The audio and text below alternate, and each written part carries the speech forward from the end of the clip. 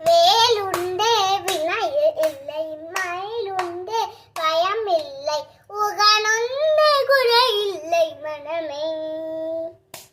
கண்டனொந்து கவலை இல்லை மனமே.